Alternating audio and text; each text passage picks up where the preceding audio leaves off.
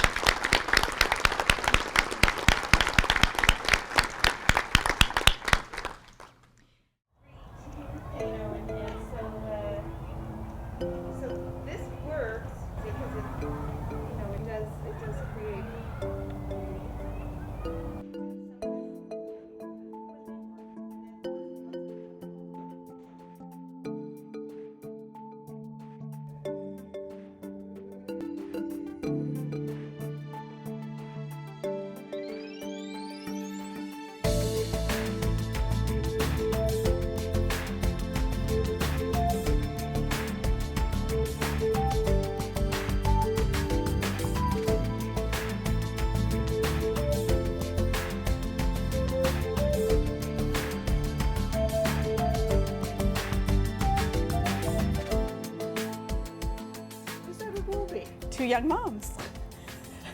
Once upon a time. Yeah, once upon a time, back in the midst of time. I believe it was in the parking lot at Chemeketa Community College.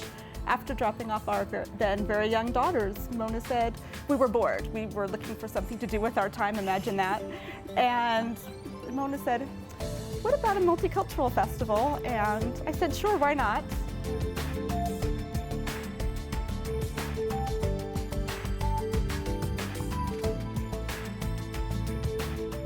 It also helps people of different culture to find people of the same culture.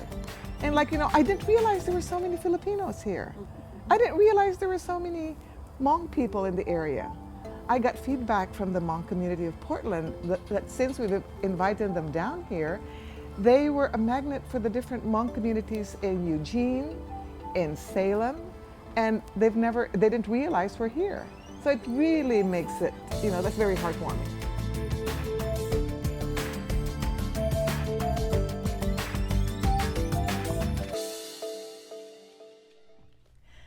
Hello and welcome to InSight. I'm Wendy Brokaw. And I'm guest host Ross Sutherland. We are talking today with the founders of World Beat. That's Oregon's largest annual multicultural event. World Beat brings in over 25,000 people every year to Riverfront Park in downtown Salem.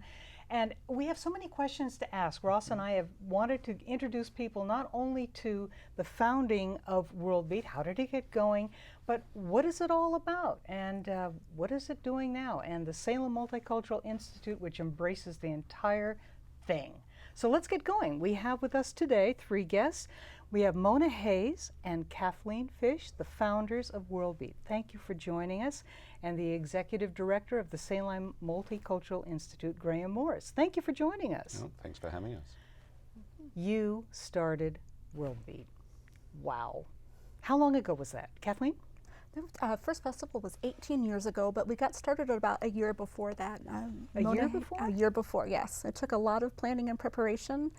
And we wanted to wait for Riverfront Park to be ready for an event, and we did. That's such a big deal when you think about you like to bill yourselves as just two moms that got an idea of doing something. Tell me about that.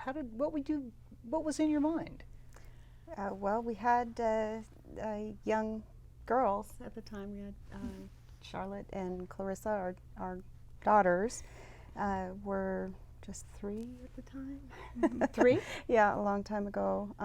And we actually got started in response to incidents of racial intolerance in Salem. And so it was really out of a desire to form a positive, tangible response to that. And it seemed that more than, an idea that, maybe two moms got, it was where the community's heart was longing to go. There, there were meetings at the time and, vigils around certain unfortunate racial incidents that just told us that something had to be done and could be done. And it was really quite amazing to experience the response just once we started talking to people, asking for support, saying, what if we did this?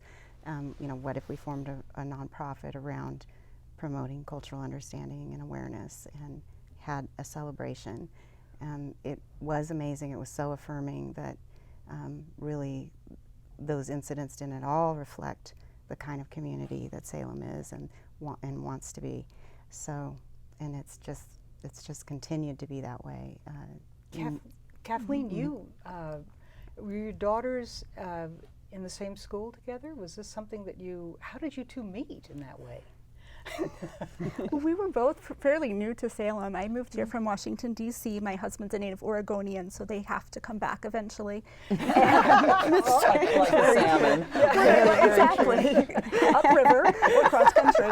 And when our oldest daughter was born in D.C., he said, okay, we're going back to Oregon now. So we landed in Salem, and I met Mona and Clarissa at a kind of a mom and me class at Chemeketa, which was just a fabulous, wonderful class. Yeah, we still know all the. Yeah, we still know the moms. So then how did you get World Beat, the idea of that group, obviously from those tension days and the community feeling like it needed something to go with? What was that first year with World Beat like? What did you do? Oh, a cold call. A lot of cold calls. It was close calls. There may have been a small vehicle incident. Yeah, no, really, we felt really lucky. People who we had met in town, we would talk to them and they would say, oh, you need to speak to so-and-so. Yes, Roy Dittman of KBZY told us to talk to Bill Isabel, who many know that are part of the World Beat family, really helped us get off the ground in terms of getting so many civic leaders involved. And Jim Seymour at Catholic Community Services was instrumental in giving us moral support at the very beginning. Oh my gosh. Lots of people lent their good names to the whole It was effort, really an idea that whose time had come. It was amazing that to cold call a sponsor and explain to them what we were trying to do and have them actually say yes. We'll donate $200 to your event, and we would be so excited that happened. And it felt great. It felt like, okay, this is a town that really wants to invest in its future, and that appreciates cultural differences and commonalities, and that people really want Salem to grow. To grow in more than just one way. Right, Exactly. right. Yes. That everybody would be welcome in Salem and feel safe and comfortable, and actually to feel safe enough to share their culture. We all have cultural backgrounds, regardless of where we're from or where we were born. We carry our family traditions. If we were born here or if we're from another country, we bring those traditions with us, and it's just fabulous to see so many things being shared so openly and so warmly at World Beat, and then and throughout the year too. Graham, tell us what it takes to put World Beat together every year. For example, I bet you don't just start like the forehead of Zeus in March and say, oh yes, we're going to be doing another World Beat. How does it work? No, actually we wait until 2 weeks before the event. And panic utterly, but get it done, right? So actually what it really takes is about 1,000 committed volunteers. Wow. That's Excuse the me, would you truth. say that again? How many? Yeah, 1,000 volunteers that put the World Beat together each year. Wow. And the volunteers come in many ways, shapes, and forms in helping to create the event. First and foremost, all of the volunteer performers that are sharing their heritage, and so many so many folks in different cultural communities have really come to see World Beat as that way that they can safely and comfortably celebrate their own cultural heritages. So that's a huge commitment from the community right there. And then the other 500 are the folks organizing it. And we have so many, we're committee driven. We have a main committee, we have 8 different subcommittees, and they're all on their own timelines. Some are doing a lot of work early in the year, some are doing a lot of work closer to the event, just according to the ebb and flow of how an event comes together. So Well, to use speak. this year as an example. What's going on this year that requires a lot of pre-prep and things? Well, everything requires a lot of prep. Yes, everything. You know, so to give you a couple of different examples, with our cultural performances team that meets, so we have about 125 cultural performances through the festival overall on 9 different stages, and that will involve about 80 to 85 different performance groups or individuals, and each one of those has an agreement or a contract, and so simply getting that organized so that your 9 performance areas all have schedules, and then, lo and behold, all run close to on time, and people find places to park and pick up their T-shirts and get their ticket to volunteer hospitality. That's just one section of work and commitment that's done by the volunteer teams. And then another, give you one more example. I come from an ops background. I love operations. We have this operations team now. When you put the festival together, the park is empty the Tuesday before, and it's empty again, or at least empty of us, on Monday at noon. Now, in between times, there's 130 tents that go up, and 12 different sound systems that go in, and power laid throughout the entire 23 acres Yes. of the park, It is and amazing. 25,000 visitors that are welcomed, and so on and so on, Yeah. and trash that is managed, and ATM machines, and EMT service, and security Sure. services, and Because of all the dragon boats vendors that that- come from Washington, Yeah. and et cetera, et cetera, et cetera. That's just one other team. I've noticed that every year, what I love about World Beat is that it starts with this beautiful grassy area, right, on the riverfront park. Suddenly it builds with a Right. huge, and then after a week, It's gone. gone. Not a scrap, not a scrap of debris on the ground, and it is as serene and beautiful as it was before.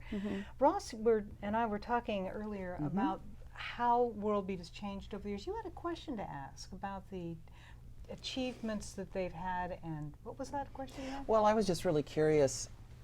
18 years ago, you had an idea of how World Beat might impact the community, and I just was curious, looking at it today, how that manifested. I don't really want to ask it as, were you successful or not, because I think, you know, You're wildly you're successful. very successful, but I would be really curious to hear how World Beat, being in the community, has done what you set out to do. Who'd like to go first? Has it? Well, it certainly, you know, feels like it's had some of that impact that we had hoped in terms of really showcasing the cultural richness that is here, having an impact on the quality of life and the sense of pride and place. It does feel like that, and it's because of the, you know, the amazing wealth of just energy and enthusiasm and passion that comes from all those volunteers that Graham is speaking of. And it's been that way from the start. It seems to be a magnet for just the most incredibly, you know, selfless, dedicated, passionate volunteers. I mean, he mentioned the program, and Marissa Noonan, who's, you know, been known as Queen of World Beat, you know, really, you know, shepherded that growth in the performance area of the festival from where we started to it really is a premier performance art festival. And that I think is just, you know, beyond what I had imagined. I mean, we set it up originally with quite a few performance venues, but to see the number of performers and the amount of preparation, it's always amazed me, but it continues to amaze me how that grows. You know, how far and how many, for instance, from a group will come. You know, the youth groups that come from out of the area. That to me has been just really amazing. I noticed you added the dragon boat races. And did you expect that to take off the way it did? No. No, I didn't. We had those initial discussions with Dragon Sports USA in Portland, just with the idea that maybe they would, you know, bring those colorful boats out to the river for people to take a look at, those big barge boats that they race in Portland. And there's just so many people here with a love of the river and the water. And really, that was another thing that just seemed to be the way the community wanted to go. And again, that has continued to grow. There's some really exciting developments in the Dragon Boat area. Really? Yeah. What's up? I'm not sure which one you're referring to. Well, That's what I like. This is we're breaking news. Well, I'm just so excited to hear that there are cancer survivors getting together for a team with the sponsorship of Salem Health. Yes. It's just fantastic. Well, and it also seems that World Beat is a wonderful place where different groups can interact among themselves. I mean, it isn't just them sort of performing for the community. It's not us and them, it's all. Yeah, it's it's them all working together. And Mhm. also, I know with the diversity of things is that they all are learning about other cultures as well. It's not just them sort of teaching the citizens of, or educating people that live here. So that's wonderful. Right, everyone's. And Kathleen, that's really consistent with what you were saying earlier, is what you had hoped, what your vision was, both of you, about what World Beat was all about. Isn't it the people getting to know other cultures and appreciating the diversity which makes up our community? It really is, and also to nurture the different cultural heritage groups that are in Salem. One of the things that just warms my heart the most is that there's a group called Paradise of Samoa. They really kind of came together as a result of World Beat, and they've become a 501c3. They've received a grant from the Oregon Community Foundation. So that to me says, wow, something really great happened here in Salem, where we can nurture and encourage people to go forth and share their culture year-round, not just at World Beat. So and haven't people asked questions about, I remember a story that you told when I talked to you a couple of years ago about World Beat, that people feel like I can recognize people like me here at World Beat, that I don't feel so alone. Can you elaborate on that thought? Yeah, I think that the way World Beat is set up is to encourage vendors and performers to interact with our guests. And if a guest has a question, the vendors and performers and exhibitors are all encouraged to answer the questions. And one of the best ways to get to know somebody is to share a meal with them. So that's why we're very, very, very big on the food. That's my special point. Right. Clearly. But the whole idea is to break down, I think, when people fear each other, it's because they don't know each other, or it's unfamiliar. And so to make things familiar to all of us, I think is the best way to break down those barriers. You know, here, let's share a meal. Oh, let's have chicken. Well, we used to have a Peruvian food booth, so you would have the chicken with the potatoes. Okay, and potatoes cut across many cultures. I mean, right? It sounds pretty basic and facile, but it really, at the end of the day, it's at our very core, all humans, we eat, we need to socialize, we enjoy music and art, and we express ourselves through these various ways, you know, storytelling, dancing, and even the costumes tell a story about who we are. So I think just enabling people to get out and share those things freely and providing an atmosphere where people don't feel self-conscious about asking questions, I think helps a lot too. Safe and not self-conscious. That's a wonderful, wonderful way to enjoy a festival. You know, you have the Salem Multicultural Institute, and that has a new gallery space. I'd like to show people the current exhibit there, which is what it celebrates Vietnamese culture. What else? Tell me about that exhibit. And while we're talking about that, let's show some video of that too. But go ahead, tell me about that new exhibit. Sure. Well, so we have most people know us for the World Beat Festival, but one of the things the board actually back in, I think it was 2006 now, wasn't it, wanted to try and impact the Salem community every day of the year. And so the idea came about that, hey, we could open a gallery or an exhibit space. And for us, we like to say that we create places where people can share their cultural heritage. And when you go to the festival, that's what it is. It's a place where people are sharing. And so the gallery is exactly the same thing. It's a place where people share their heritage. It's just a different format or way of doing that in an exhibition style where it's based on words, pictures, and things or artifacts rather than performance at the festival. So that's how we do it. We work together, we bring our cultural partners in and we say, hey, look at this space. We pay for it. Can you tell us some of your stories? Because we really want to learn more about your culture. And they say, holy smokes, that's a little bit daunting. So, you know, we help them through that process. Well, a recent one was the railroad exhibit. Right. Yes. And why was that part of the whole mission?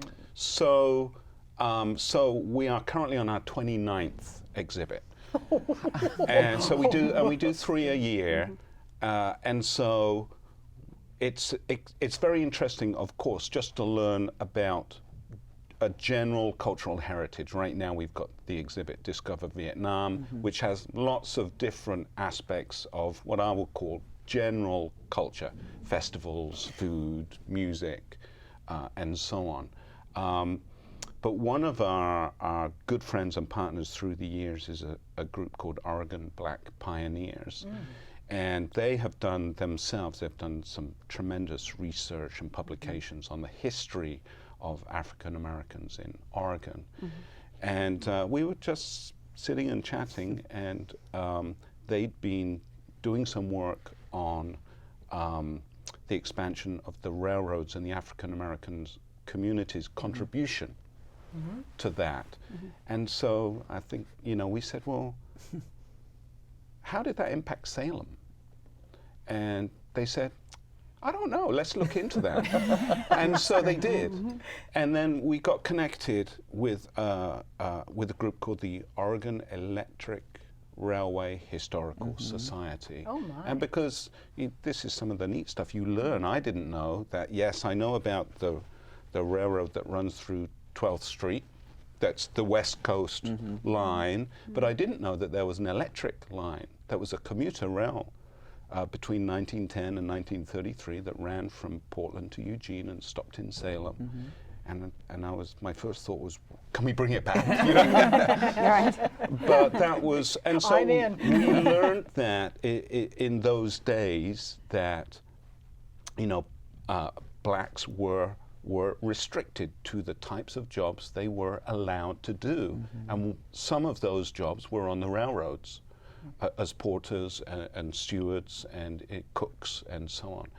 And we actually had some great quotes where when the trains stopped in Salem and the workers got off the trains themselves, these were literally the first time that people living in Salem had seen black people. Literally. That's, you know, how fascinating is that? Yeah. Almost seems like we're just scratching the surface of what we need to learn about each other, Right. about all of us here. When I think Salem Health has a language access program for people who need it, and I just couldn't believe that they have 40 different languages represented for the Salem area alone, Right. and can get more when they need it. That's a lot of different languages represented right here in Salem. We are a hugely diverse community. And what you're doing here is an amazement, but you, as I said, we need to learn a lot more. Where would you like to see WorldBeat go and the Salem Multicultural Institute go in the future? Seems to be on track now. Excuse the pun, Graham, but it does seem to be heading in a wonderful direction. Who's going to Yes, take Graham. that one? Yeah, we're all looking at Graham. But, you know, do you have ideas about what you'd like to see it continue doing? I would like to see it stay on this track of continuing to welcome more people to the area, both in terms of, you know, people moving here to live and enjoy the community, but also in terms of you know, more out-of-town visitors, more out-of-town performers. We we usually do, you know, get someone coming in from, you know, often internationally. We've had some, you know, wonderful international performers. I'd like to see that continue to grow. Also the performance series, being able to see more performances happening during the year perhaps as, you know, as an alternative. Oh, that would be type of great. thing, Yeah. Kathleen, ideas from you? As Mona said, I'd like to see it continue to grow. I think Graham has really been instrumental in Gosh, bringing yes, us yeah. forward in so many ways. He manages an awful lot of balls all at the same time. Oh, goodness, yes. Yeah. So, but I'd like to see even more communities become involved. I would like everybody in Salem to feel safe and welcome. And it may take a while, just because it takes time for people to feel safe and welcome. Can we scratch that? No, I would like people to understand that Salem is a welcoming place for the most part, and that they should not be shy about their culture and not be shy about who they are, and you know, be proud of who they are and where they've come from, and go forth. People would love to know how to get in touch with you if they could maybe be a volunteer, donate their time, their treasure. Sure. How do we get in touch with the Salem Multicultural Institute and Well, get there's- those volunteers going? There's various ways, and yes, we do. At this time of year, we need volunteers, so thank you for asking that. And there's a number of different ways to do that. First off, if you are downtown yourself, our office is right downtown in the Reed Opera House. Okay. So that's a very easy way to find us. We're on the ground floor there, right next to Macedonia Restaurant. Many people know that. You can always call us on the phone, 503-581-2004, or find us on the web at worldbeatfestival.org or salemmulticultural.org. This has been an exciting day to learn finally everything we needed to know about World Beat, and I hope we have you back. That would be wonderful. Yes. We have more questions. And thank you for joining us today on InSight. We'll see you again.